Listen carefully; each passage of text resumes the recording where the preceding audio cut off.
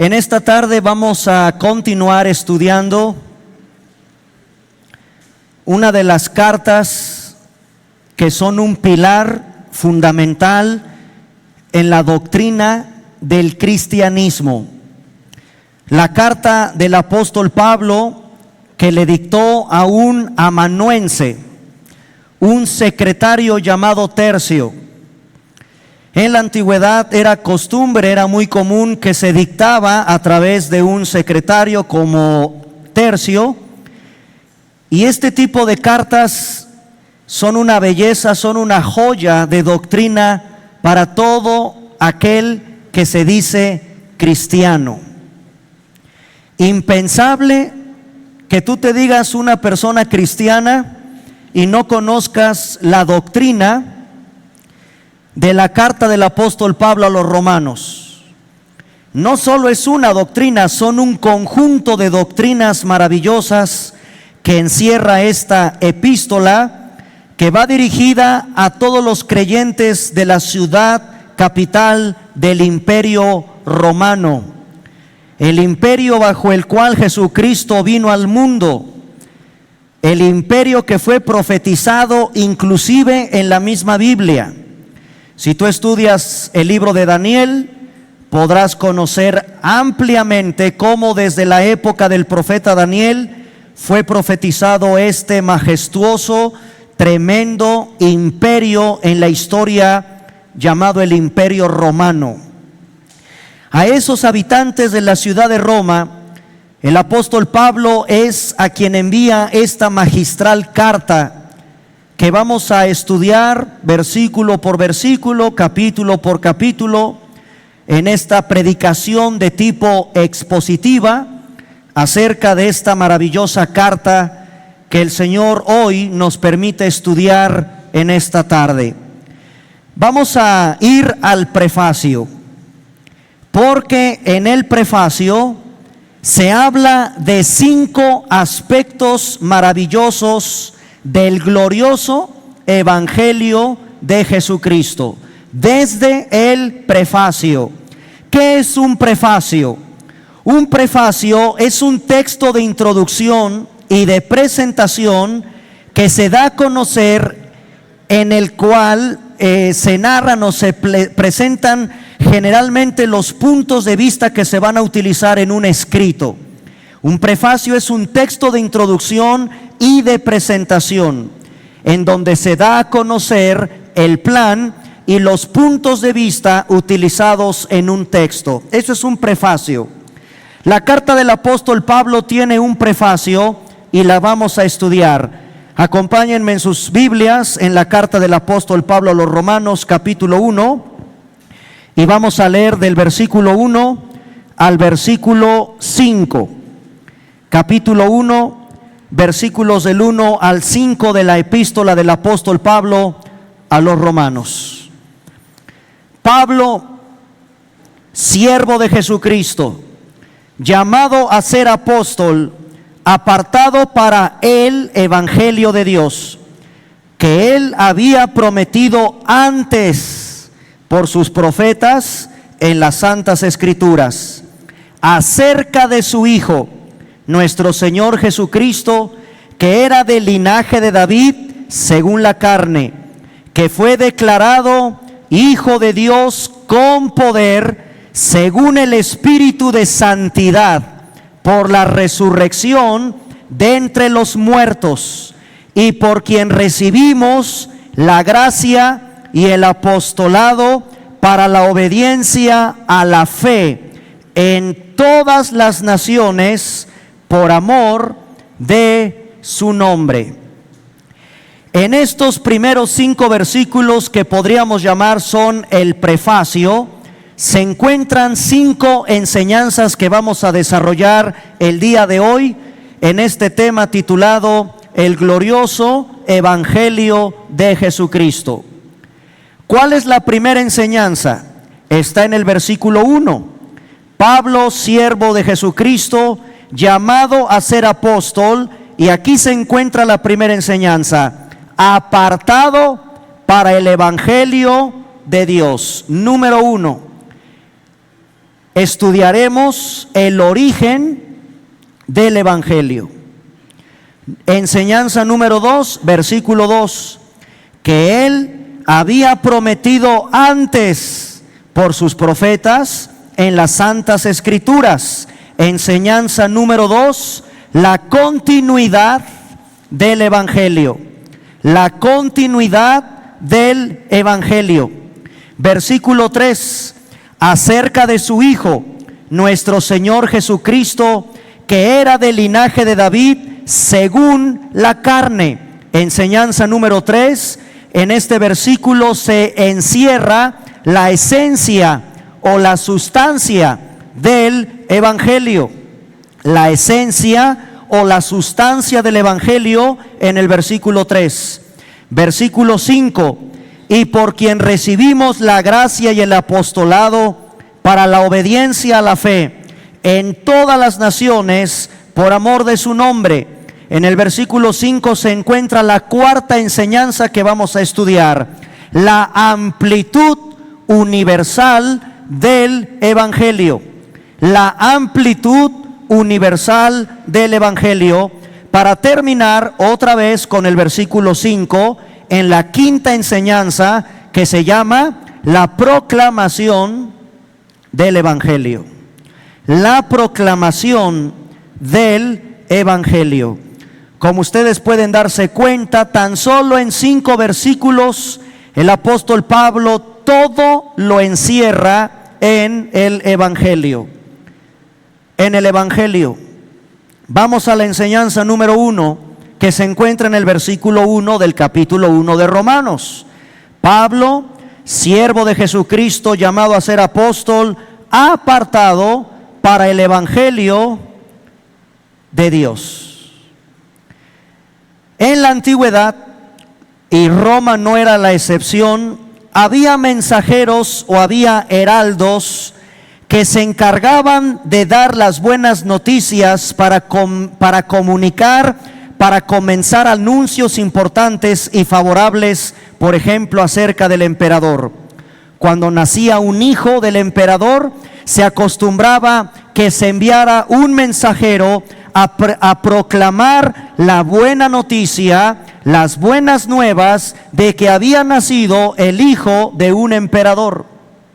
A ese mensajero encargado de llevar las buenas nuevas era el conocido evangelión, el portador de buenas nuevas o de buenas noticias.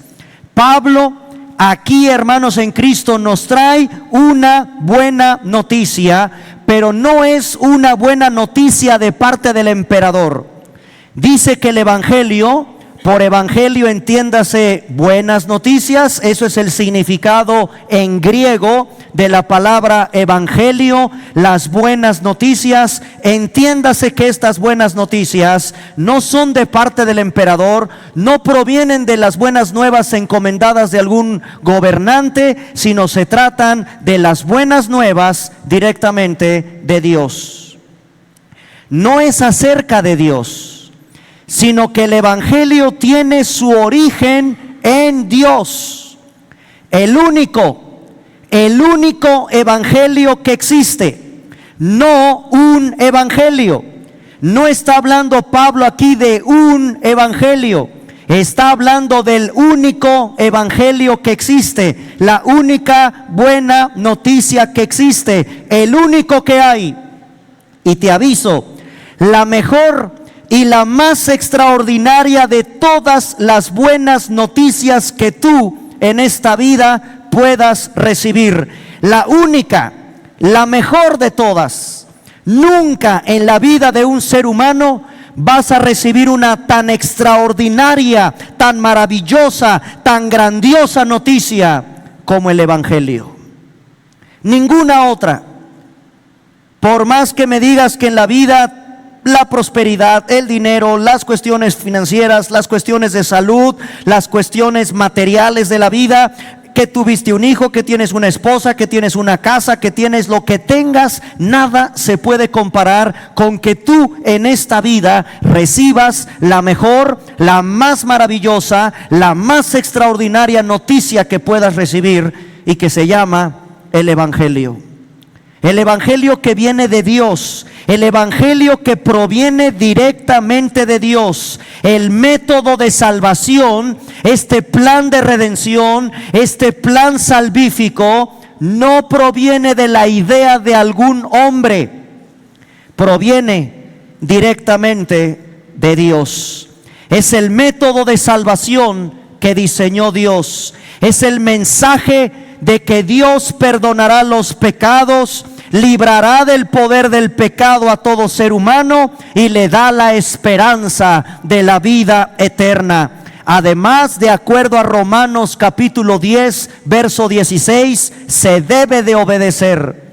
Y Pablo se había consagrado, según Primera de Corintios capítulo 9, versículo 23, Pablo se había consagrado por completo a la divulgación de tan poderoso, extraordinario y maravilloso mensaje, que es un mensaje de poder, un mensaje que proviene directamente de Dios.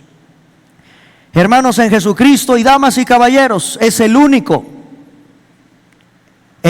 mensaje que tú deberías de estar preocupado en entender, asimilar y de recibir. Porque fuera de este mensaje no hay otra opción de salvación para el ser humano.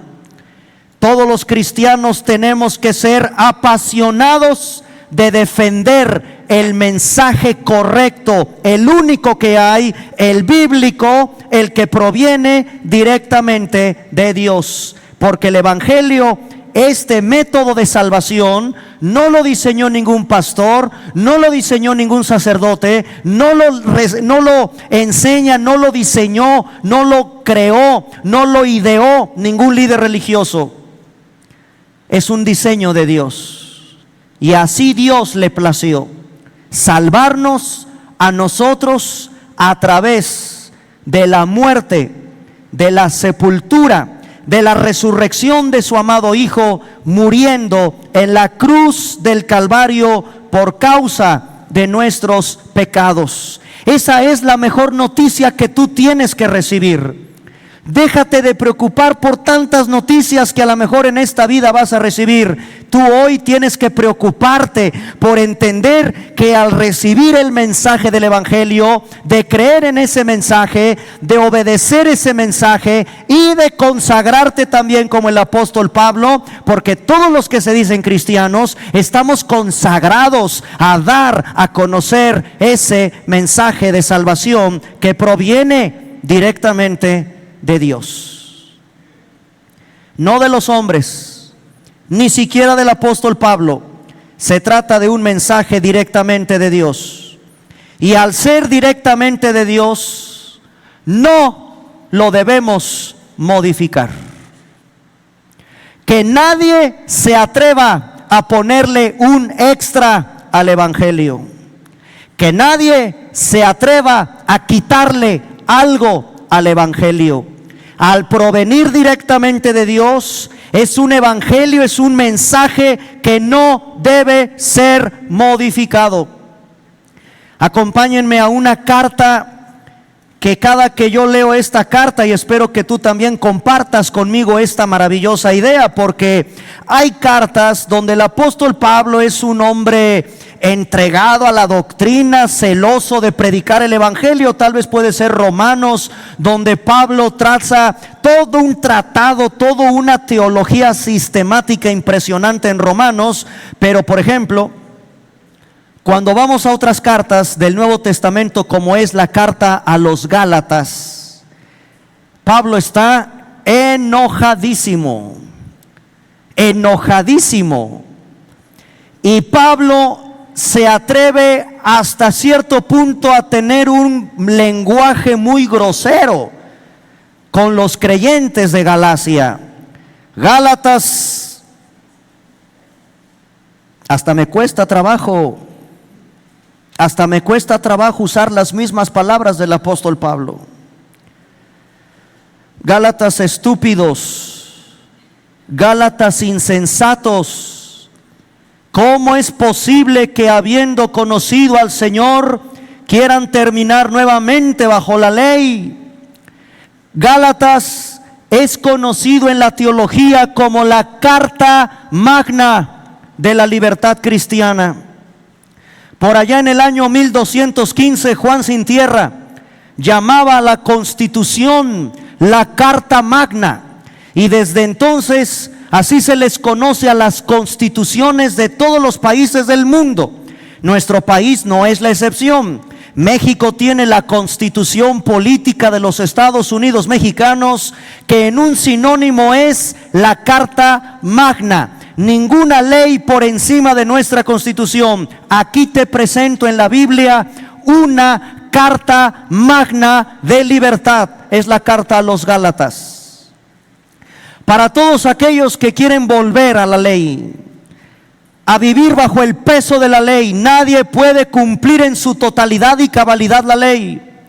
Para todo aquel que tiene esas tendencias de irnos nuevamente a ciertos rituales y prácticas que son una figura, una sombra en el Antiguo Testamento de una realidad que tenemos en Cristo, una libertad que tenemos en Cristo. Y Pablo está enojadísimo con todos los cristianos de la iglesia de Galacia y les llama insensatos, para no subirle el tono. Está muy enojado el apóstol. En su carta a los Gálatas, capítulo 1, versículos del 11 al 12, Pablo les recuerda a los creyentes de Galacia que el evangelio no puede ser trastocado por ningún ser humano y nadie puede ponerle un extra o quitarle algo al evangelio. En Gálatas capítulo 1 del 11 al 12 dice Pablo: mas os hago saber, hermanos, que el evangelio anunciado por mí no es según hombre. Pues yo ni lo recibí, ni lo aprendí de hombre alguno, sino por revelación de Jesucristo. En el capítulo 1, versículo 9 también, Pablo dice lo siguiente de una forma tremenda a todo aquel que se atreva a trastocar el mensaje del evangelio.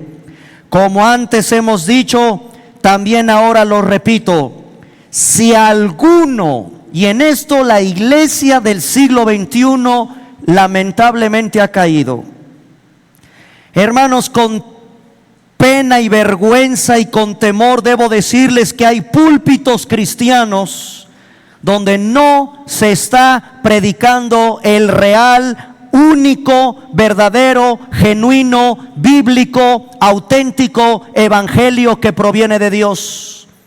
Y esto no es de ahorita. Desde la época del apóstol Pablo había tendencias por toda la historia del cristianismo de creer que nosotros, con nuestras filosofías, con nuestras posturas, con nuestras enseñanzas, con nuestra experiencia, creemos poderle agregar algo al evangelio o quitarle algo al evangelio.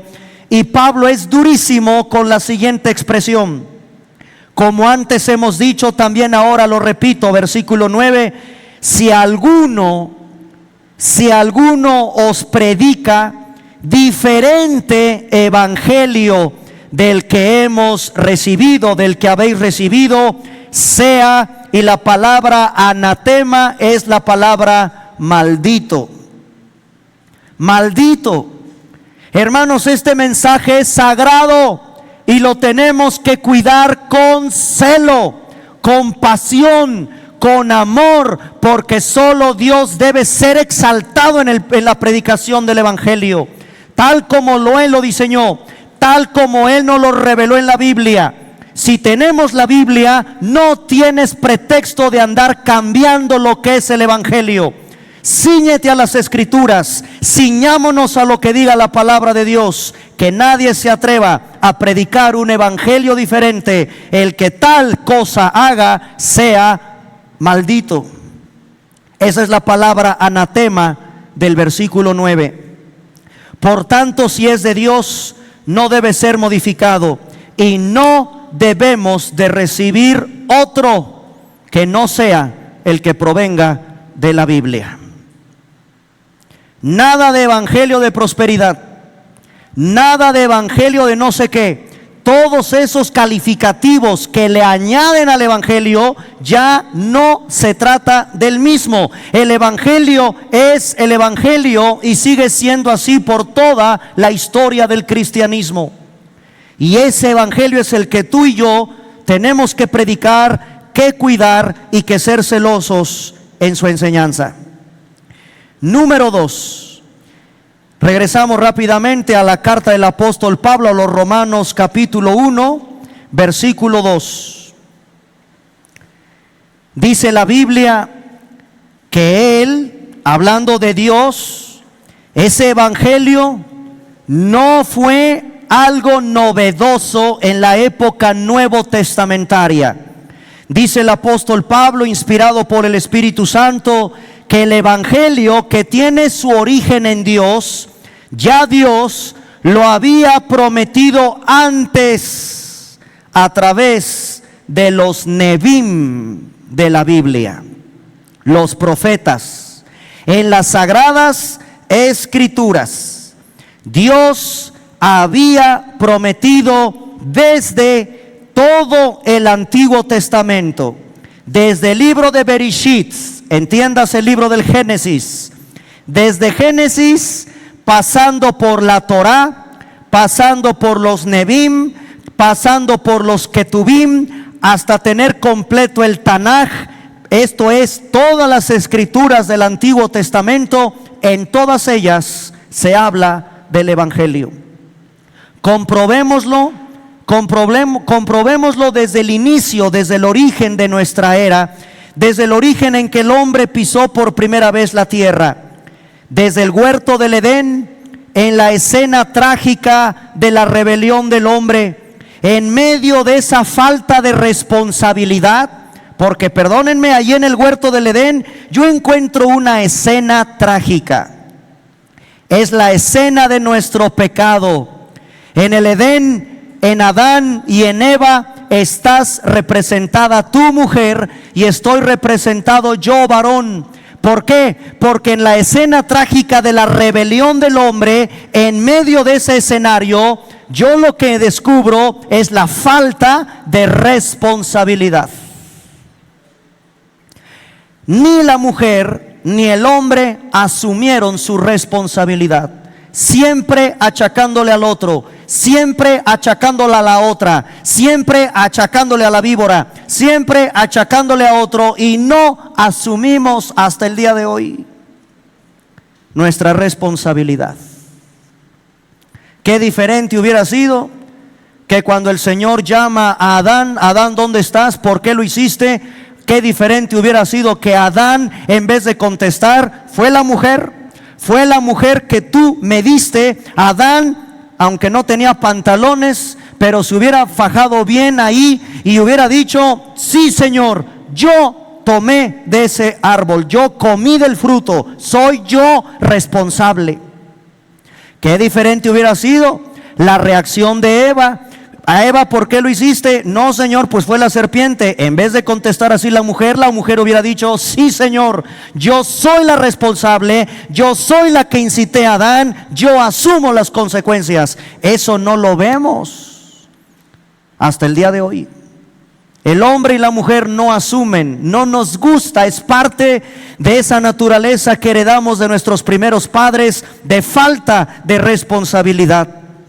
En esa escena trágica de falta de responsabilidad, de la rebelión del hombre, en medio, escúchenme, de la condenación que pesó sobre toda la raza humana de muerte. Y ese peso de responsabilidad, ese peso de muerte, alcanzó hasta nuestros tiempos. Por toda la historia de la trágica, de la débil, de la frágil naturaleza humana, encontramos que siempre la muerte nos ha acompañado a causa de la rebelión y del pecado que como seres humanos cometemos. Y a partir de ahí, en medio de ese escenario cruento y terrible, está el anuncio del evangelio. Vámonos al libro del Génesis y abramos nuestra Biblia primero en el capítulo 3. Libro del Génesis, capítulo 3.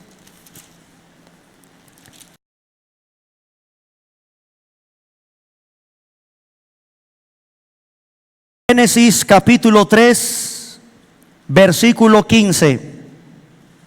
Dios, en medio del escenario cruento de la caída de nuestros padres por causa de nuestro pecado, anuncia en este versículo lo que se llama el protoevangelio.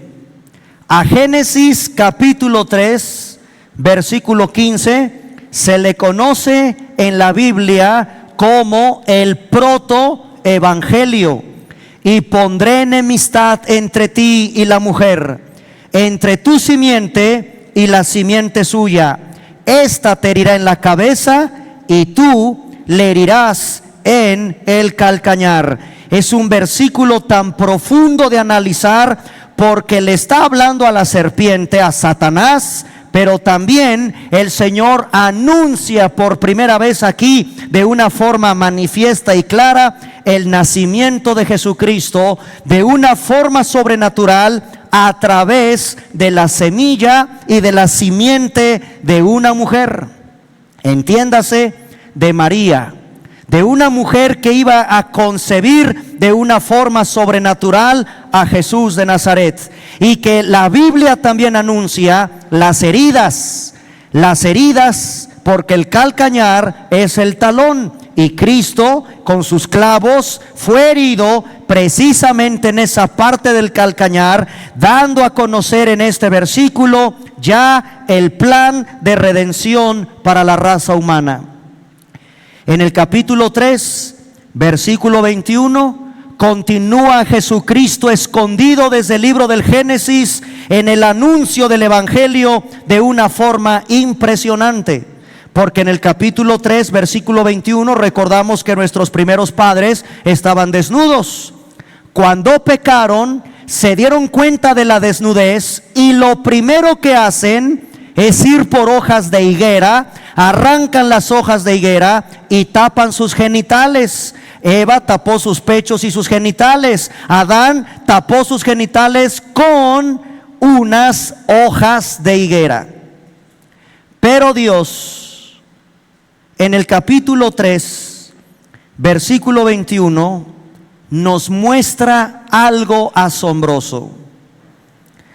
Hace algunos años, en el Instituto Tecnológico Autónomo de México, el ITAM, no sé cuántos de ustedes sepan qué es el ITAM, pero el ITAM es una de las instituciones privadas de educación superior en México, de las más prestigiadas que hay, sobre todo a los que son economistas, y tiene muy grande reputación ese instituto de estudios a nivel superior.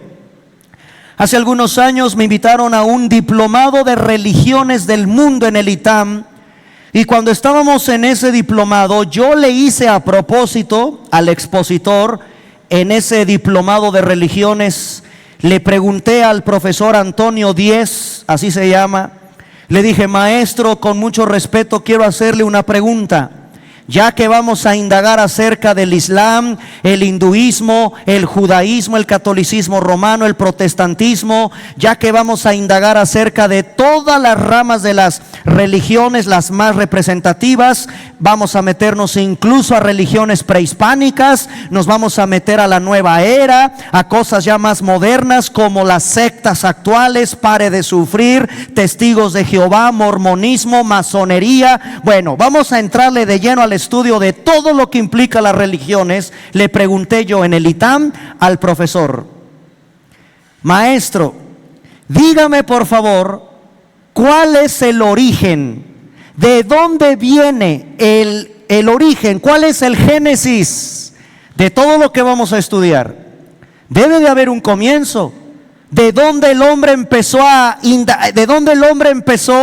tener cierta tendencia por la ligos, religare, esa es la raíz etimológica de la palabra religión, volverme a unir, volverme a ligar. ¿De dónde surge, señor maestro Antonio Díez? Dígame por favor, ¿por qué está la masonería? ¿Por qué están los testigos de Jehová? ¿Por qué están los Hare Krishna? ¿Por qué está el budismo, el islam, protestantes, católicos, musulmanes, budistas, etcétera, etcétera, etcétera? No acabamos, son cientos y cientos de religiones en el mundo. Dígame cuál es el origen de todas. ¿Dónde comenzó todo? Y no me supo contestar. Y entonces llevaba mi Biblia y le dije, ¿me permite con mucho respeto mostrarle dónde se encuentra el origen de todas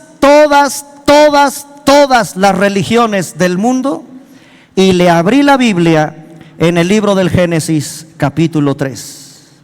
Aquí, profesor, lo que usted como catedrático que le va a impartir a estos muchachos en el ITAM, en este diplomado, yo le voy a contestar lo que de acuerdo a la Biblia enseña del origen de la religión. Y se encuentra ni más ni menos que desde luego en el libro del Génesis, capítulo 3, versículo 21. Dios hizo al hombre y a su mujer túnicas de pieles, y es entonces que Dios los vistió. Todos los que tienen la iluminación del Espíritu Santo saben lo que representa esa escena. Es el sacrificar a un inocente, el derramamiento de sangre de un inocente para cubrir la vergüenza de la naturaleza caída del ser humano. Y además le dije, profesor, el padre, el fundador de todas las religiones se llama Caín. Caín es el padre de todas las religiones del mundo, porque Caín quiso agradar a Dios a su manera, realizando un ritual a su manera. Y sabemos la historia trágica de Caín. En cambio, Abel no le ofrece el sudor de su esfuerzo. Abel no le ofrece al Señor del producto de la tierra de su trabajo. Eso es la religión. La religión es tu esfuerzo, tus buenas obras, tu repartidera de revistas, tu subidera de escalinatas en una peregrinación, el cargar tus espinas, el andar haciendo ritual tras ritual tras ritual con el sudor de tu frente, con la espalda desangrándote, con clavos literalmente, con nopales o con rituales o con peregrinaciones como a la Meca. Los musulmanes tienen que cumplir rigurosamente trasladándose hacia la Meca, y cuando oran dirigiéndose hacia la Meca, y ayunan y hacen todos los rituales propios de todas las religiones del mundo. En el catolicismo romano son la Biblia más las obras. De acuerdo a la Biblia, no. De acuerdo a la Biblia, Abel sacrificó un inocente, un cordero, y el derramamiento de la sangre de ese animal, dice la Biblia, le fue agradable a Dios. No el esfuerzo, no el sudor del trabajo de Caín, sino la ofrenda de Abel, porque Abel ofrece la tipología del único que nos acerca a Dios, el que nos une. Ya no estamos separados de Dios. Eso es la religión, volverme a unir. En el cristianismo yo estoy unido en una unidad, en una relación con el Señor, porque Jesucristo derramó su preciosa sangre en la cruz del Calvario, y su sangre pavimentó el camino para que yo tuviera directamente acceso a Dios. Yo no tengo que realizar ninguna práctica para acercarme a Dios, no por obras, para que nadie se gloríe. Aquí en Génesis capítulo 3 encontramos el anuncio del Evangelio. También aproveché y le dije al maestro, le aviso que la Biblia habla de un mensaje de salvación, Y todas las religiones que se van a estudiar aquí en el programa de estudios del ITAM, todas llevan al infierno, excepto Jesús. Y Jesús no es una religión, como lo vamos a ver a continuación.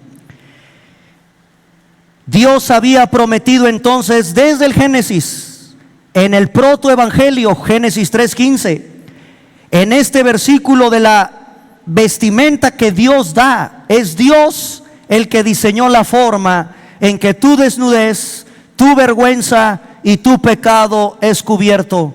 Y esa forma que Dios diseñó es la sangre preciosa de su Hijo. Ninguna otra cosa puede cubrir la desnudez de nuestro pecado, más que la muerte de Cristo en la cruz del Calvario. En Éxodo capítulo 12, libro más adelante, en el libro del Éxodo capítulo 12, se encuentra una de las tipologías, una de las representaciones de Jesucristo más asombrosas de toda la Biblia, en Éxodo capítulo 12, que es la descripción del Cordero de la Pascua, el Cordero Pascual, el Cordero que fue inmolado, que tenía que ser examinado para que no encontraran culpa en ese animalito, para que no se encontrara, defecto en ese animalito. No podía ser sacrificado ese animal si tenía alguna malformación, tenía que ser perfecto. De la misma manera Jesús, cuando vino a este mundo, lo examinó su pueblo, lo examinó Pilato, lo examinó Caifás, lo examinaron, no encontraban algo en él. Le ponían trampas, le inventaron las blasfemias, le inventaron una serie de cosas. El mismo Pilato hasta se tuvo que lavar las manos. Yo no entiendo por qué me lo traen, yo no encuentro culpa. Exactamente como el Cordero de Éxodo 12, sin defecto, sin mancha, sin ninguna cosa que señalar, así fue inmolado. Entre las dos tardes hay un horario para inmolar al Cordero de la Pascua, exactamente a la hora en que Jesús colgaba en esa cruz en Jerusalén. Entre las dos tardes, entiéndase las 3 de la tarde, hora judía y hora romana, dependiendo del contexto del evangelio que estemos leyendo. Y ahí, en esa hora, Cristo entregaba su espíritu al Padre, entregando su vida misma por causa de nuestros pecados. Además, Dios, a través de los profetas, toda la escritura del Antiguo Testamento habla de Jesucristo. Isaías capítulo 53, donde se encuentra también una de las descripciones más asombrosas del Señor Jesucristo. Versículo 3 de Isaías capítulo 53: desechado y despreciado entre los hombres, varón de dolores, experimentado en quebranto, y como que escondimos de él el rostro, fue menospreciado y no lo estimamos. Ciertamente llevó él nuestras enfermedades y sufrió nuestros dolores, y nosotros le tuvimos por azotado, por herido de Dios y abatido. Mas él, dice la profecía, herido fue, herido por nuestras rebeliones, molido por nuestros pecados. El castigo de nuestra paz fue sobre él, y por su llaga fuimos nosotros curados. Todos nosotros nos descarriamos como ovejas.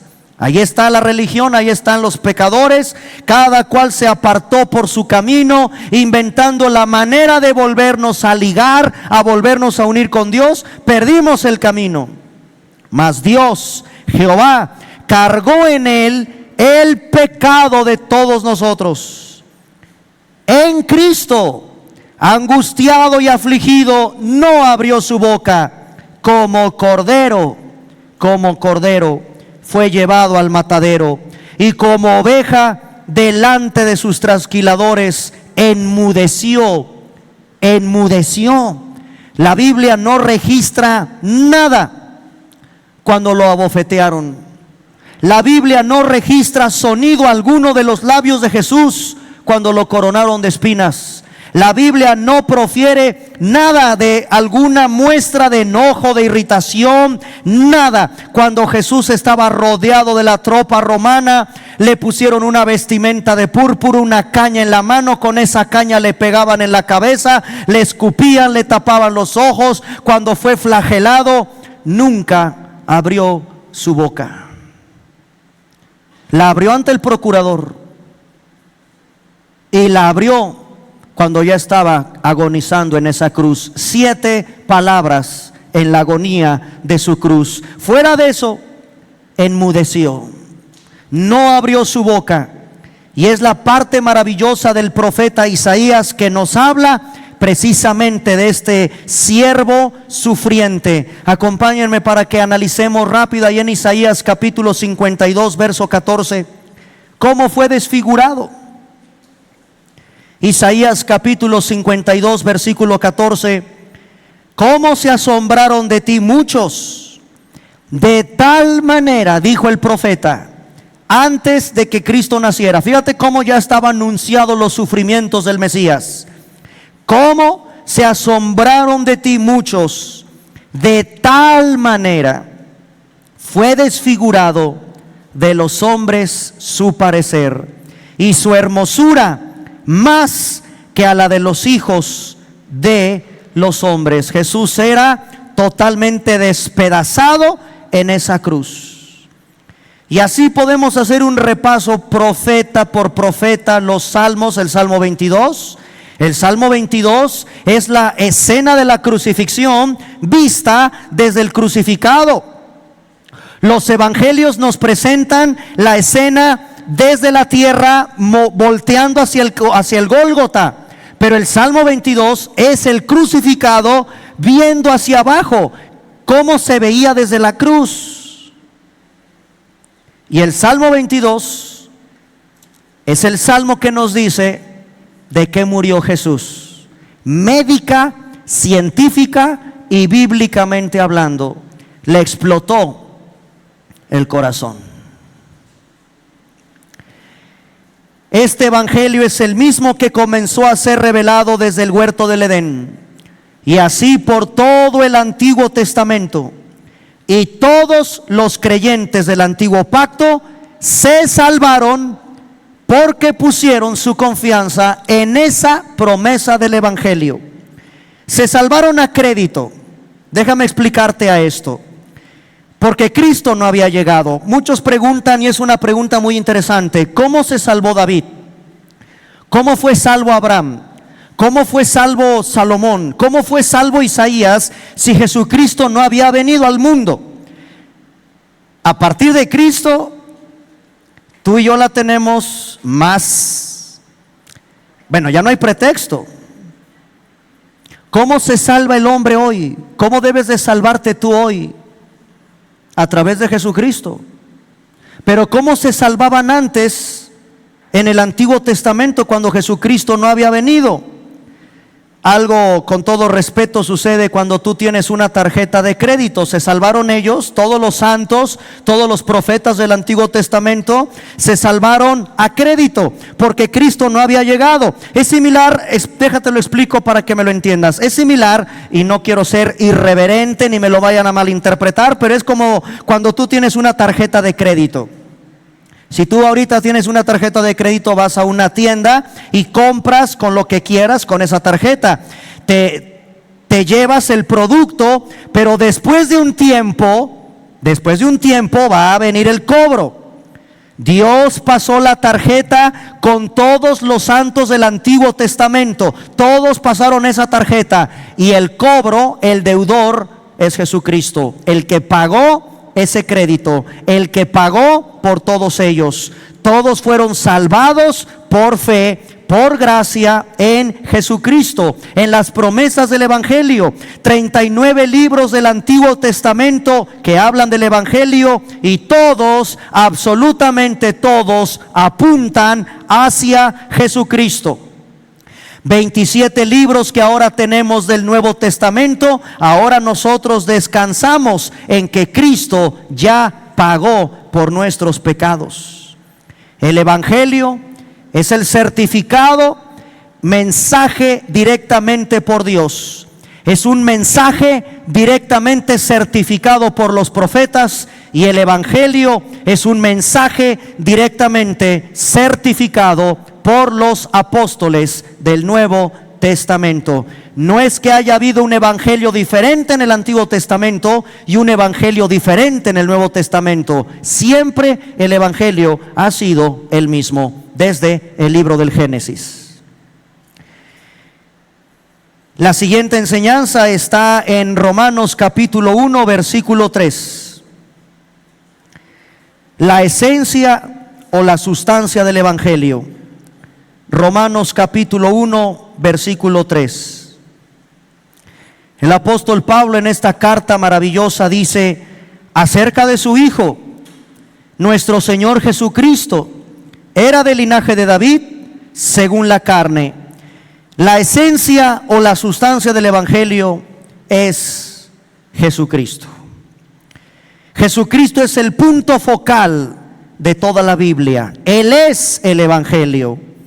Dios no nos envió un documento. Dios no nos envió una serie de reglas, una serie de conductas, de puntos o principios para obedecer. Tampoco rituales. ¿Sabes qué envió Dios? Una persona. Una persona. No se envió un plan, no se enviaron consejos desde el cielo, ni siquiera un documento, ni reglas, ni rituales. Dios envió una persona, y esa persona es el evangelio. Es la esencia, es la sustancia de lo que tenemos que predicar. Dice el apóstol Pablo acerca de su Hijo, nuestro Señor Jesucristo, que era del linaje de David. Jesús, como Hijo de Dios, tiene una naturaleza humana, procede del linaje humano y específicamente del rey David según la carne. En primera de Timoteo capítulo 2, más adelante el apóstol Pablo, primera de Timoteo capítulo 2, versículo 5, expresa lo siguiente: porque hay un solo Dios y un solo mediador entre Dios y los hombres. No hay santos, no hay vírgenes, no hay papas, no hay pastores, no hay obispos, no hay nadie que pueda ostentar el honroso, tremendo, sublime, supremo privilegio de ser intercesor, mediador entre Dios y los hombres. Para que alguien se atreva a hacer eso, tiene que ser Dios y tiene que ser hombre al mismo tiempo. Si no, no. Tiene que ser Dios y tiene que ser hombre. Y el único que ostenta lo que en la teología se llama la unión hipostática. ¿Qué es la unión hipostática? Que Jesús es hombre, pero al mismo tiempo Jesús es Dios.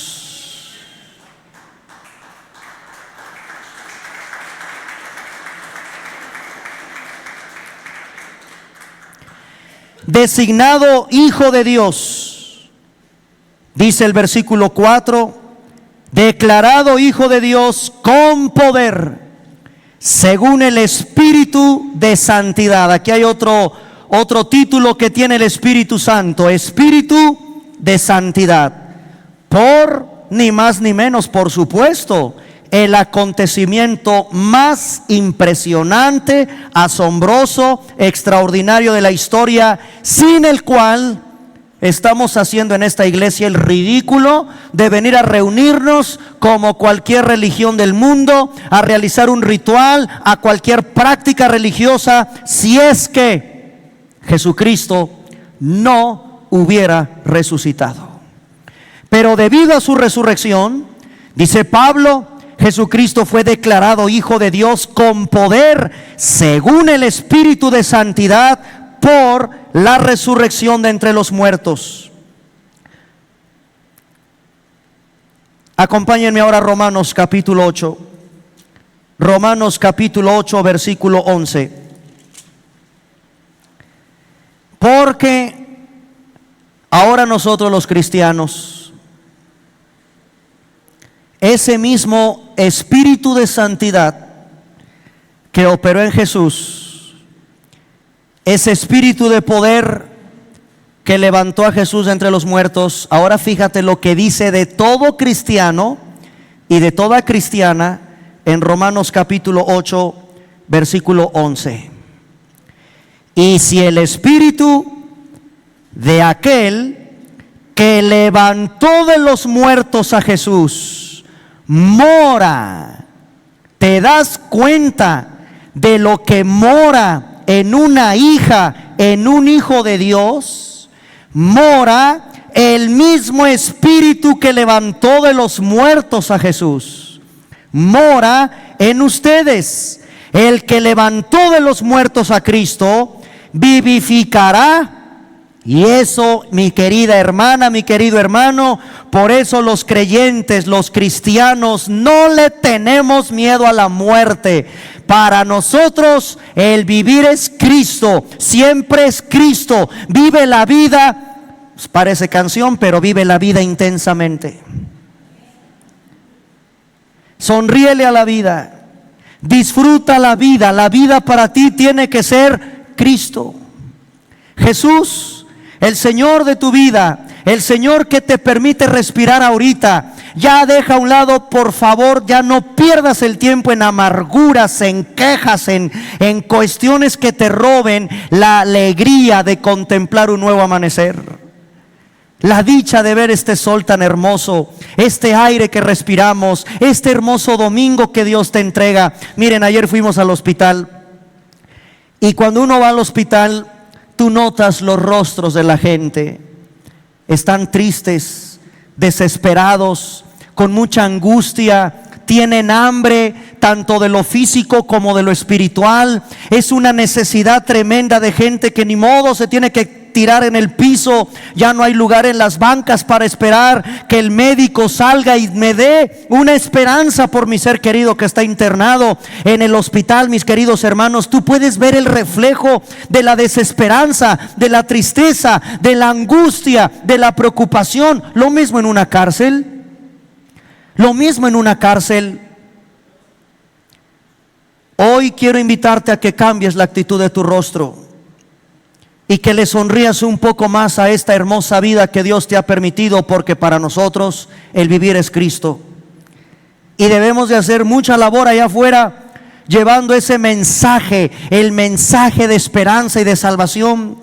Cuando vamos a los hospitales, y te invito a que te incorpores, platica con Luis Enrique y con su esposa Sarita, que nos están ayudando a coordinar este hermoso grupo, para que vayamos a darles un poquito de sonrisa, un abrazo, una oración, un café. Ese es el pretexto, el café, el pan, el plátano, la fruta, ese es el pretexto. Lo principal es darles este mensaje de esperanza, de salvación, que en Jesucristo hay esperanza y vida eterna. Y que este Espíritu, dice Romanos 8:11, que levantó de los muertos a Jesús, que mora en nosotros, el que levantó de los muertos a Cristo Jesús, vivificará. Escucha lo que va a pasar contigo cuando mueras. Vivificará tu cuerpo mortal. Sí, perdónenme, nos estamos muriendo. Nos estamos muriendo.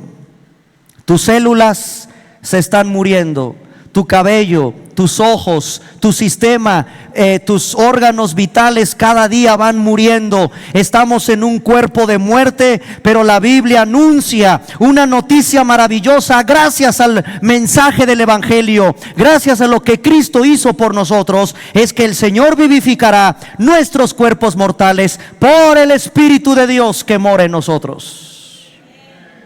Esta es una esperanza maravillosa para toda hija y para todo hijo de Dios.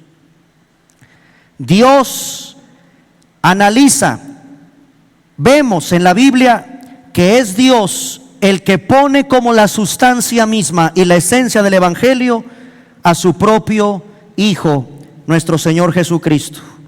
Rápidamente en Romanos 1:5, la amplitud universal del Evangelio. El apóstol entendía que él debía dar a conocer el mensaje del Evangelio, promover la obediencia a la fe entre los gentiles, llevar ese mensaje, promover ese mensaje de salvación. Pablo insiste que la fe en Cristo Jesús implica un sometimiento voluntario al señorío de Cristo. Por eso se presenta como un esclavo. Todo aquel que ha creído en Cristo tiene que estar bajo su señorío. Todos nosotros de la misma manera tenemos que estar bajo el señorío de Cristo. En Romanos capítulo 1 versículo 5 encontramos esta amplitud universal, diciendo el apóstol Pablo de que él estaba interesado en presentar este mensaje para que se creyera, para que se obedeciera en todas las naciones. Hoy el Señor tal vez no te pide que te vayas a la India. Aquí a la vuelta nos dio un hospital donde cada que vamos hay gente nueva. La necesidad abunda. El Señor te ha puesto en esa colonia, en esa calle, con ese panadero, con ese lechero, con esos amigos en la escuela, para que ahí, en tus naciones, en tus comunidades, en tus alrededores, promuevas, como lo hizo Pablo, el mensaje de este poderoso tema de salvación en el Evangelio para la fe, para la obediencia en todas las naciones. Insisto, no necesitas irte de misionero a Indonesia. Ahí, a donde el Señor te ha colocado, ahí tienes que cumplir con la gran comisión de anunciar estas buenas nuevas de salvación. Y finalmente, ahí mismo en el versículo 5 se encuentra la siguiente enseñanza, la última enseñanza, la quinta enseñanza de este prefacio, la proclamación del Evangelio. Dice Romanos 1:5, por quien recibimos la gracia y el apostolado para la obediencia a la fe en todas las naciones. Y fíjate cómo termina el versículo 5, por amor de su nombre, con el propósito. ¿Para qué compartes el Evangelio? Con el propósito de que solo su nombre sea honrado en todas las naciones. La razón principal por la cual predicas el Evangelio, la principal, escúchame, no es que los pecadores sean salvos. Y claro que oramos, y es en el anhelo de nuestro corazón, que todos los pecadores que escuchen el mensaje de salvación sean salvos. Claro que sí, pero no es la razón principal.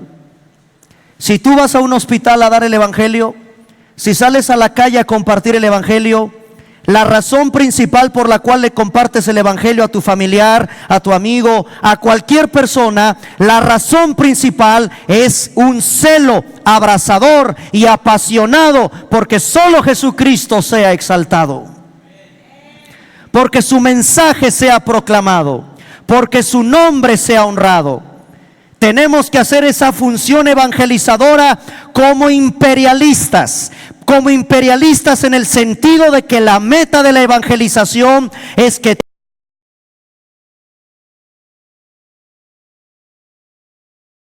imperio universal de Jesucristo, a la obediencia a Cristo.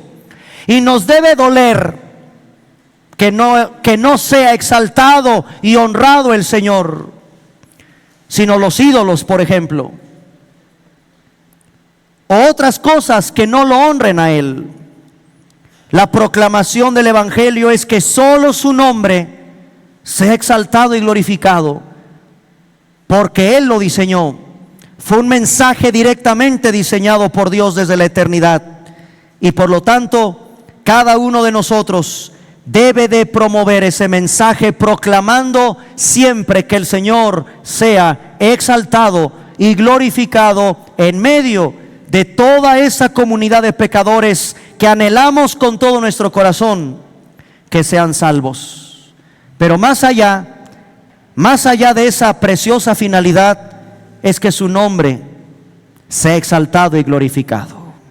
su nombre, y solo Él, que reciba toda la gloria y toda la honra. ¿Qué es el Evangelio? A estas alturas muchos con muy grande honestidad podrán preguntarme, bueno, ¿y cómo comparto el Evangelio? ¿Qué es el Evangelio? Dímelo bíblicamente. Primera de Corintios capítulo 15. Primera de Corintios capítulo 15, verso 1. Os declaro, hermanos, el Evangelio que os he predicado, el cual también recibisteis, en el cual también perseveráis, por el cual asimismo, si retenéis la palabra que os he predicado, sois salvos, si no creísteis en vano. Y ahí viene el mensaje. Primeramente, Cristo murió por nuestros pecados, conforme a las Escrituras. Verso 4, fue sepultado y resucitó al tercer día, conforme a las Escrituras. Ese es el Evangelio. No le agregues, no le añadas nada. La Biblia dice que tú y yo necesitamos ese Salvador, que vino al mundo, anunciado por los profetas en las Escrituras. El plan de salvación. Porque aquí hay un ofendido. Cuando vamos a estudiar Romanos es como entrar a una corte de justicia, a una sala de audiencias, a donde hay un ofendido. El ofendido es Dios. El ofendido es Dios. Y Él es el que diseñó cómo acercarnos a Él. Si Él es el ofendido y nosotros lo ofendemos, Él nos diseñó la manera de restablecer nuestra relación con Él.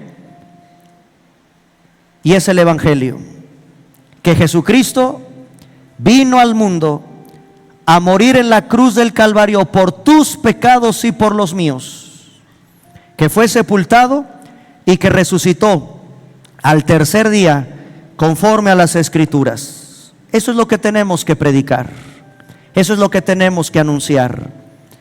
Y entonces la Biblia dice que la relación se volvió a unir, nos volvimos a reconciliar con Él a través de la sangre de su cruz.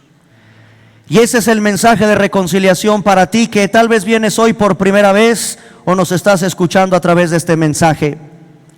La palabra de Dios nos enseña que tú y yo estamos bajo el peso de la ira de un Dios que está indignado, ofendido por nuestros pecados. Pero Él provee la salida, el medio para volvernos a acercar a Él, y se llama Jesús. Vamos a ponernos de pie para hacer esta oración, si son tan amables.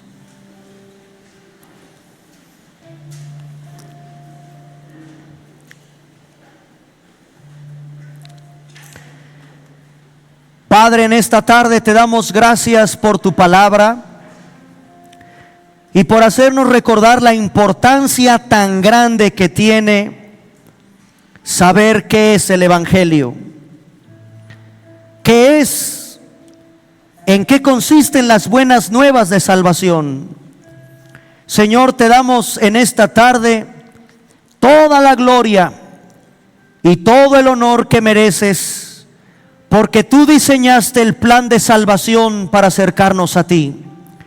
Desde antes de la fundación del mundo, Jesucristo, el Cordero inmolado, que llevó en ese madero, en su cuerpo, en su sacrificio, la paga de nuestro pecado y de nuestra condenación.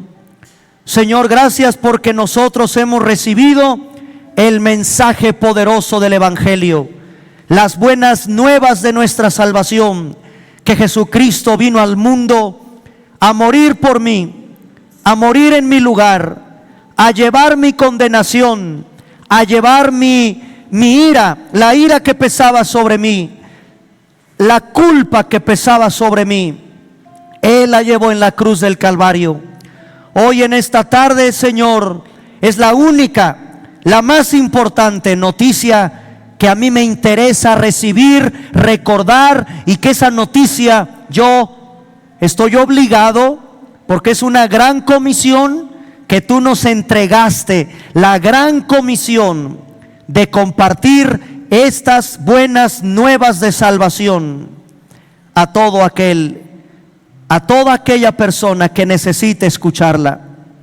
Señor, gracias porque tú diseñaste este plan precioso, escondido, misterioso de salvación a través de la muerte cruenta de tu amado Hijo, despedazado en una cruz por nuestros pecados.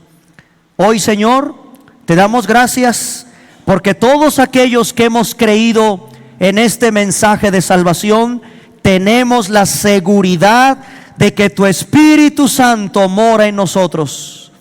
Y este Espíritu de santidad, este Espíritu de poder que levantó de entre los muertos a tu amado Hijo, también algún día nos levantará de nuestra muerte y viviremos eternamente contigo. Gracias a que la sangre preciosa de tu amado Hijo nos ha limpiado de toda nuestra maldad y de todo nuestro pecado. Hoy, Señor, ¿cómo no hemos de venir agradecidos, con el corazón humillado delante de ti, diciéndote: ten misericordia de nosotros, porque somos pecadores, porque necesitamos ese Salvador, porque reconocemos que sin Cristo nuestra vida está perdida. Solo tú debes de ser exaltado, Señor, y glorificado. Y todas las personas deben entender y conocer que en Jesucristo hay perdón de pecados y salvación. Gracias por librarme de la condenación, de la culpa de mi pecado, del infierno, y ahora, Señor, tener la bendita esperanza de la vida eterna y de la eternidad contigo. Te bendecimos en esta tarde por permitirnos en esta iglesia ser una iglesia portadora, evangelizadora, llevando este mensaje de salvación y de esperanza a toda aquella mujer, aquel joven, aquella persona que necesite escuchar de este precioso mensaje de salvación. Pon carga en tu pueblo, pon carga, Señor, en nosotros, para siempre ser diligentes en este precioso llamado que toda hija y que todo hijo de Dios tiene de compartir las buenas nuevas de salvación en Cristo nuestro Señor, a quien sea la gloria, el honor y el imperio por los siglos de los siglos. Bendito seas tú, oh Cordero de Dios, que fuiste inmolado desde antes de la fundación del mundo. Bendito tú, Señor, que proveíste este camino de salvación y de esperanza para una humanidad perdida, como ovejas descarriadas. Cada quien agarró por su camino, mas tú, Señor, enderezaste nuestras veredas y nos colocaste en el único camino que se llama Jesús, en quien hay salvación y perdón de pecados y vida eterna. Y es en Jesucristo, tu amado Hijo, en quien en esta tarde depositamos toda nuestra confianza. Gracias, Señor, por darnos una salvación tan grande, tan maravillosa, tan extraordinaria. ¿Cómo no he de sonreír todos los días a la vida de sentir tu perdón, tu abrazo, tu guía, tu acompañamiento, tu sostén, tu consolación, no importando los momentos difíciles que atraviese? He sido declarado tu hijo, y para mí eso basta para todos los días vivir de rodillas agradecido por esa cruz y por el perdón tan grande que nos has ofrecido a través de ella. En esta tarde, amiga y amigo que hoy me escuchas, entrégale tu vida al Señor. Ahí desde tu lugar, si quieres entregarle tu vida a Jesucristo, al único que te puede dar la seguridad del perdón de tus pecados y de la salvación de tu alma, dile ahí en tu lugar: Señor mío, Dios mío, En esta tarde reconozco que Jesucristo es Señor y Salvador de mi vida. El Evangelio, la buena nueva de mi salvación, es que tú tomaste en esa cruz mi lugar, pagaste con tu sangre por mis pecados, moriste por mí, y te doy gracias, Señor, en esta tarde por ese sacrificio perfecto, eterno, que tú lograste por mi causa. Te pido perdón y te pido en esta tarde que la guía de tu Espíritu, que la presencia de tu Espíritu sean una realidad en mi vida. Soy una pecadora, soy un pecador y reconozco que necesito el perdón de mis pecados. Oh Señor, lávame, lávame de mi culpa, lávame de mi maldad. Te entrego en esta tarde mi vida, Señor. No todo es en este mundo, sé que hay una eternidad, y te pido con todo mi corazón que me perdones y me recibas como tu hija y como tu hijo. Creo que en la cruz del Calvario pagaste por mis pecados, moriste, fuiste sepultado y al tercer día te levantaste de entre los muertos con poder y con gran gloria. Algún día regresarás y vienes pronto, Señor. O algún día moriré, y cuando muera quiero encontrarme contigo como mi Salvador. Agradecido todos los días de mi corta vida en este mundo, que te tengo a ti como mi Señor. Me someto a tu señorío, me someto a tu obediencia, a tu voluntad, y te doy las gracias, amado Dios, por haber pensado en mí desde antes de que el mundo fuese fundado. Gracias en tu nombre precioso, Señor Jesús. Amén.